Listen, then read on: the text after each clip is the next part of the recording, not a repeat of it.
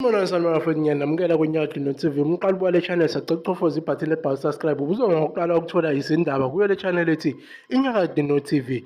Bafowethu, indaba zanamhlanje zithi zazo zangidumisa izinja webakithi angiqashwa nje go. Bafowethu, lana umntalapho kaZanefa umfowangidi ubetalapha Ukhuzani umfowamphungose, ngoba sazi ukuthi impi yakhe ize yaphethela ukuthi Ukhuzani umfowamphungose eposte lapha ethumela umfowangidi lapha imeseji lapha ku-WhatsApp wakhe ethi, wendoda yeka lento yenzayo, angizi kukukhuza kaningi.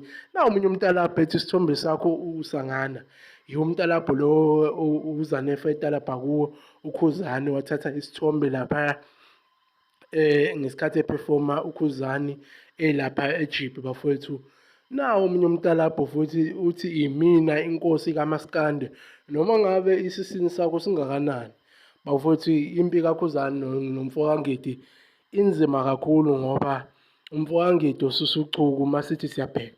Umfowangidi mayichaza lapho uthi le mpi isuke ekutheni ukuthi Ukhuzani bamseka benosigwebo sentambo ukuthi umcimbi kaKhuzani ugcine usuyimpumelelo okuyigcwalisa Spring Picnic. Uthe sekumele kuqashwe abaculi bamaskandi abazophefoma lapha kwigcwalisa Spring Picnic. Kwathiwa kufunakala bonke abaculi abake bahlanganisa u-1K ku-YouTube lapha engomeni zabo.